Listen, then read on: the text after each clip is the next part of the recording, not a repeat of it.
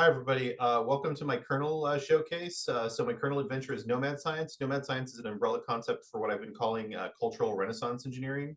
The term Nomad Science comes from a pair of surrealist works of political philosophy collectively known as Capitalism and Schizophrenia.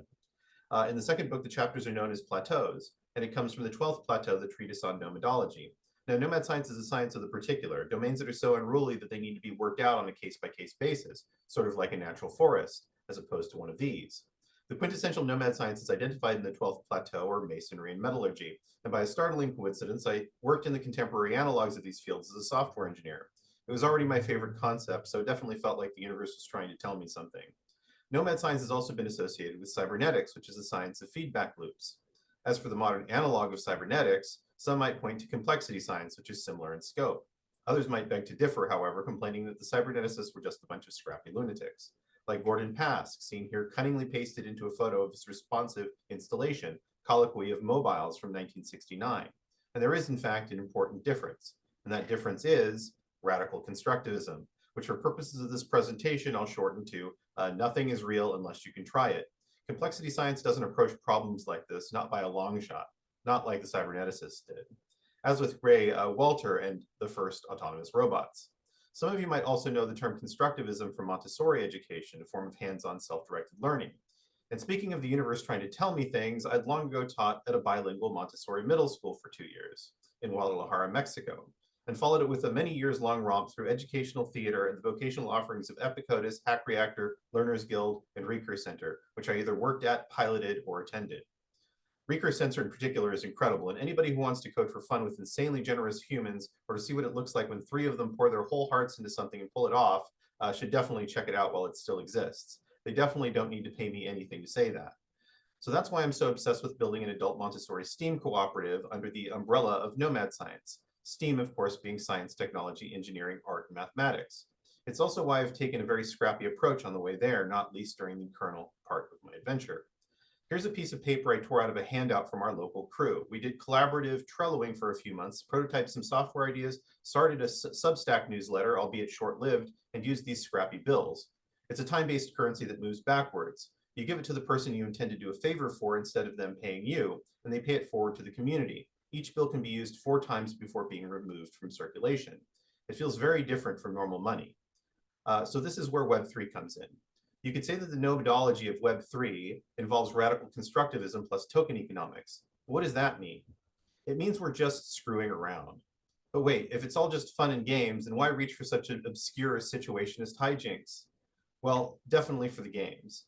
It has to do with going from simple to complex token economies. The slide is from a talk given by Shermeen Voshmgir, the author of the book Token Economy.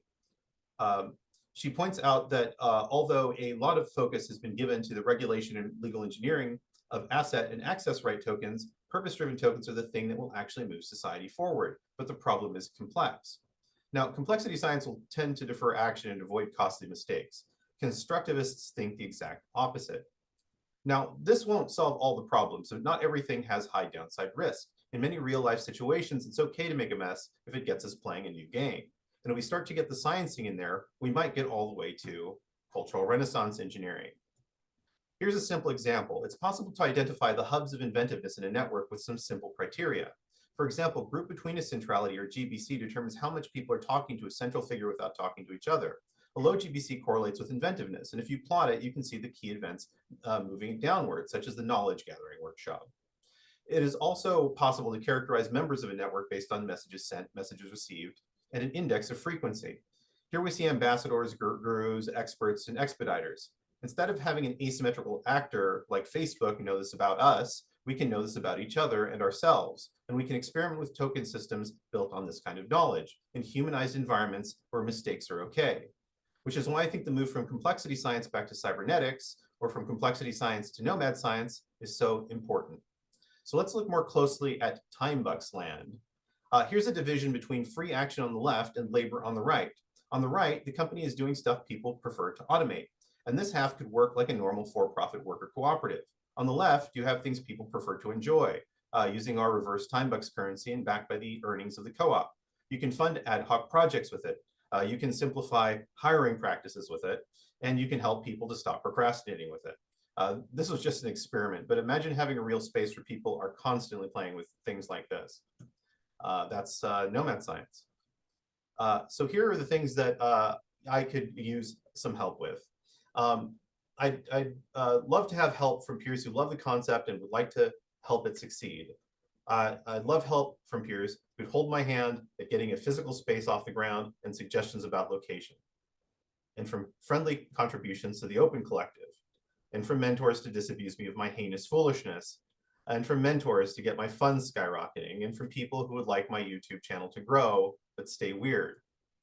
As for that YouTube channel, if you're watching this on YouTube, you already know what it is. If you're watching this at Kernel, it's George Alex Michel. Yeah, please go there and see updates. I'm posting videos on the daily as of this recording. I'll see how long I can keep that up. Thanks for watching.